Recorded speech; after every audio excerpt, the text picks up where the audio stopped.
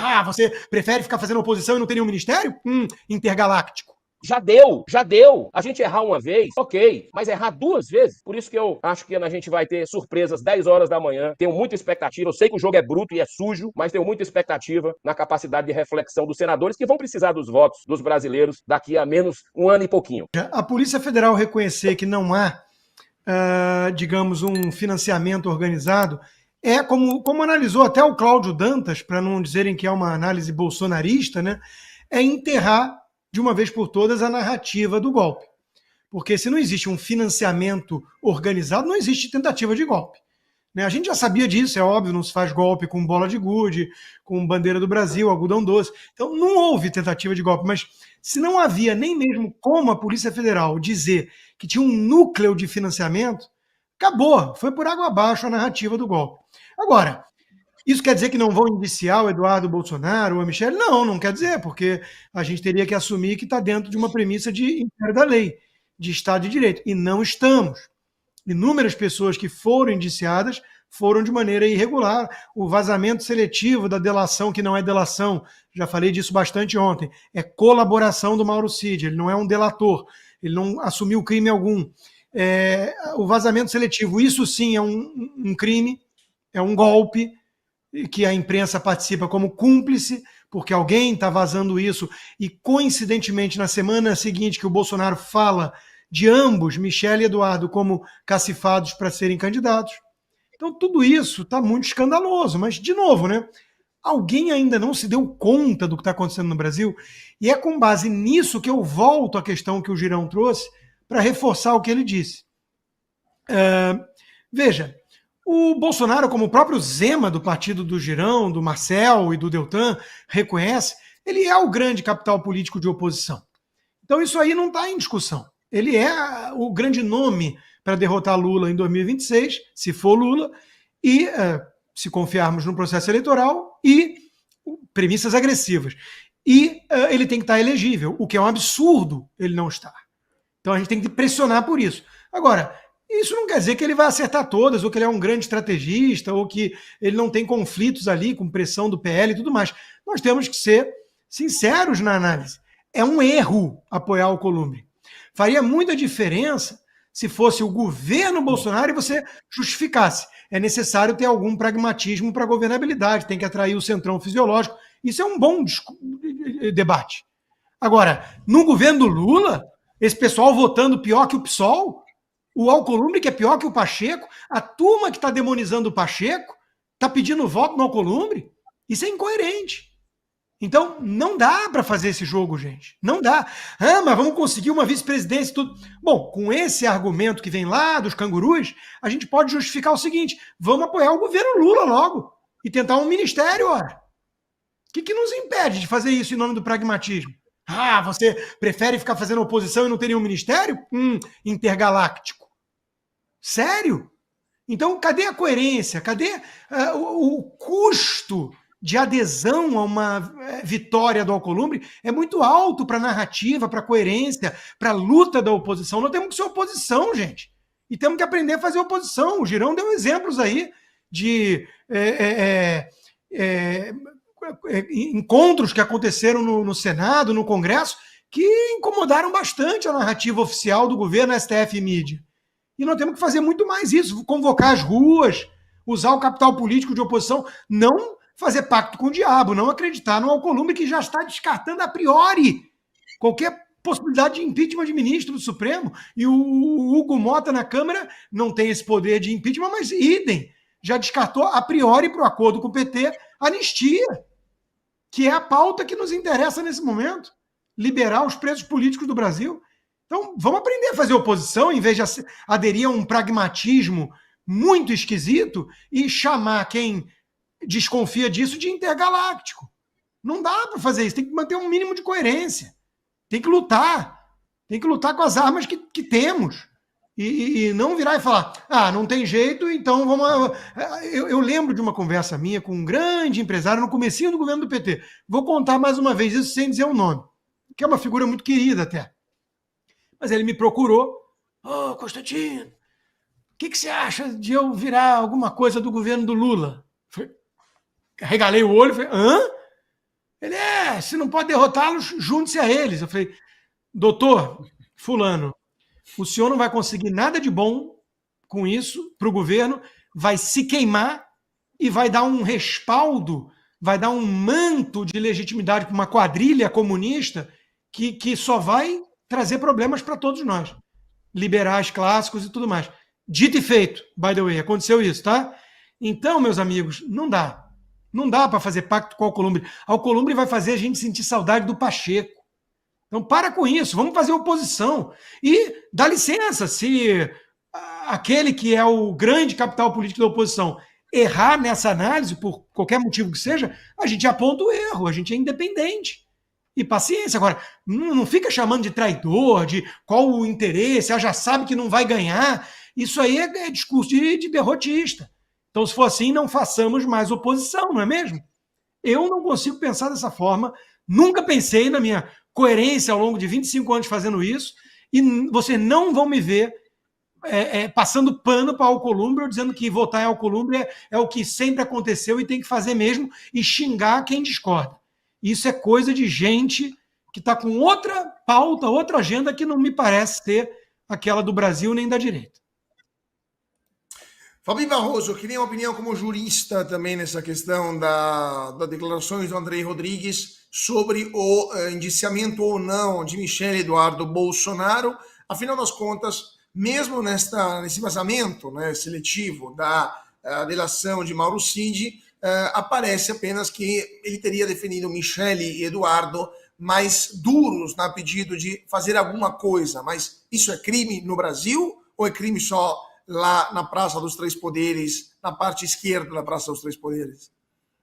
Bom, o que eu sei que é crime no Brasil é delegado da Polícia Federal dar entrevista e falar abertamente sobre coisas que nem os advogados das partes envolvidas têm acesso. Sei disso porque acompanhei a entrevista até do advogado do Braga Neto, né, que, muito contrariado, afirmou isso diversas vezes, e olha que ele é amigo ou tem bastante relacionamento com o pessoal do Supremo, né, um advogado que é lá do sistema e mesmo assim está passando por isso. Então, eu me choco, né, ver abertamente um delegado dando entrevista e ver abertamente também surgirem narrativas que não coadunam com o nosso sistema legal. Né? Se perguntou aqui se isso é crime. Não, cogitação não é crime. Não é crime e não é punível. Né? Imaginem só se cogitação fosse crime. Nossa, não ia ter um brasileiro aí, né, inclusive solto.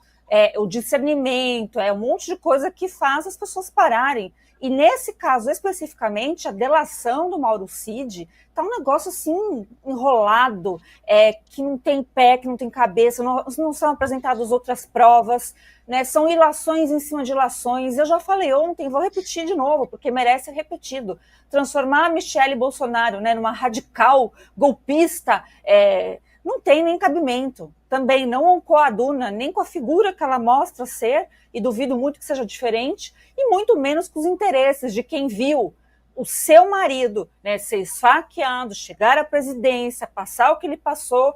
Eu, sinceramente, se eu estivesse no lugar da Michele, talvez eu pensasse, pelo amor de Deus, saia da política, de verdade, né, porque para a família é um outro tipo de peso.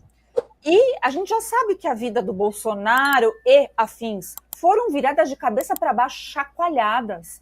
O que eles têm para apresentar é uma minuta. Minuta, gente, não é nenhum documento. Minuta qualquer um pode ter, né? Minuta é coisa normal, minuta é bula de remédio. Não significa que você tomou o remédio, não significa que você vai usar aquela droga ali que está ali, né? Então, olha, é realmente uma hipocrisia, enquanto nós temos, vou repetir também, André do Rap solto pela porta da frente do Supremo. Por quê? Porque eles estão obedecendo à lei, aí é o garantismo, nossa, brilha, o garantismo vale tudo. Só que nesse vale tudo, quem está perdendo é o império da lei, é aqueles que são garantistas, é aqueles de verdade, são aqueles que são legalistas, são aqueles que querem a coisa pelo menos com o mínimo, né, de decência, onde você vai à justiça para recorrer esperando um pouquinho de justiça, um pouquinho mesmo que aqueles juízes que estão ali são isentos, imparciais, Faz tempo que o Brasil não vê isso, né?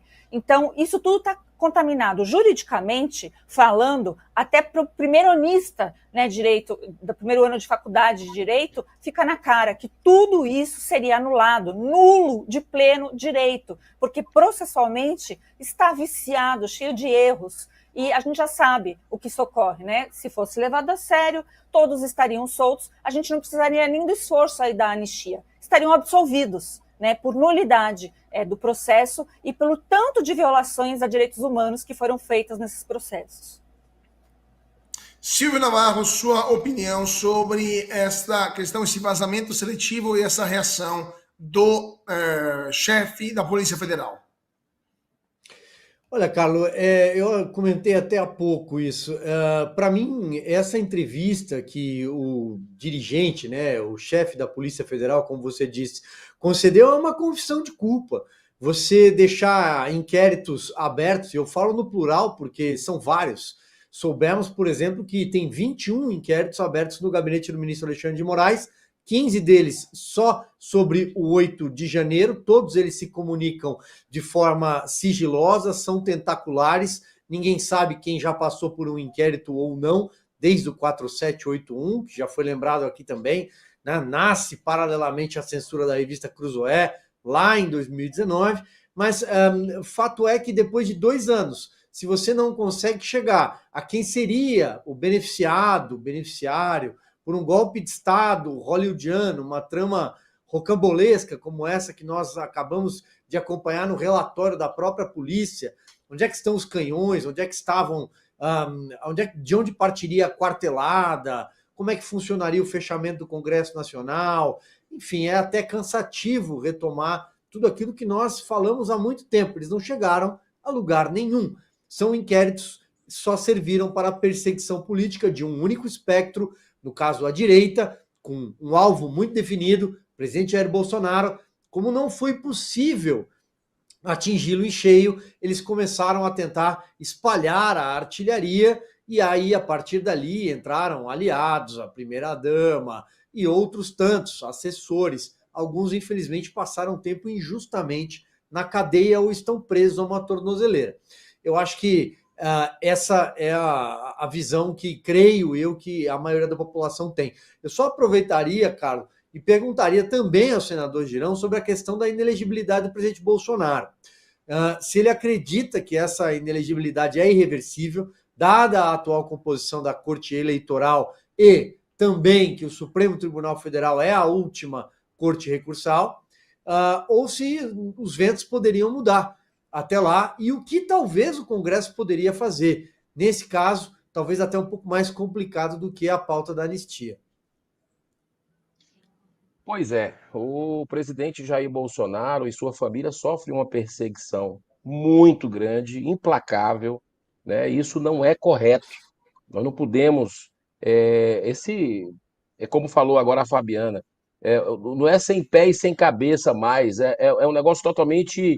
Esse inquérito, essa colaboração do oficial lá, o ajudante de ordem, do Cid, Coronel Cid, é algo completamente sem crédito, desacreditado, porque ele mesmo já veio dizer publicamente, já saíram gravações mostrando que ele foi forçado a dizer. Então, é uma coisa de arrepiar o que está acontecendo, né? Uma parte da Polícia Federal à disposição de um gabinete de ministro do Supremo.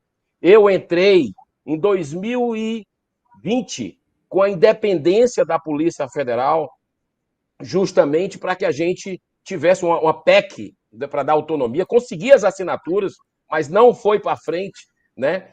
Justamente para que a Polícia Federal ela não tivesse esses questionamentos que ela está tendo agora, né? E a gente percebe, infelizmente, a gente vê pelo dia a dia, inclusive uma das audiências que nós fizemos ali, indigestas para o PT, para o governo Lula e para o STF, foi quando a gente aprovou na Comissão de Segurança Pública, que não era uma comissão, e nem é ainda, porque nós estamos no final dela aqui, não é uma comissão da oposição, né, da base do governo, e nós aprovamos para levar nada menos que o diretor da Polícia Federal, que era o responsável pelo aeroporto de Guarulhos, naquele monitoramento. E sabe o que é que ele revelou para os senadores ali?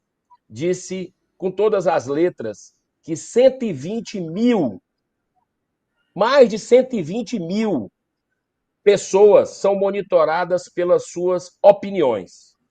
Então, isso é tudo muito grave o que a gente está vendo, uma instituição acreditada como a Polícia Federal, a gente vê essa inversão de valores. E aí a gente fica querendo saber dessas operações overclean, dessa questão das emendas, como é que isso vai, o rei do lixo, né? Gente com dinheiro que jogaram pela janela, milhões de reais, agora, dentro dessa overclean, isso tá, quem está envolvido nisso, né?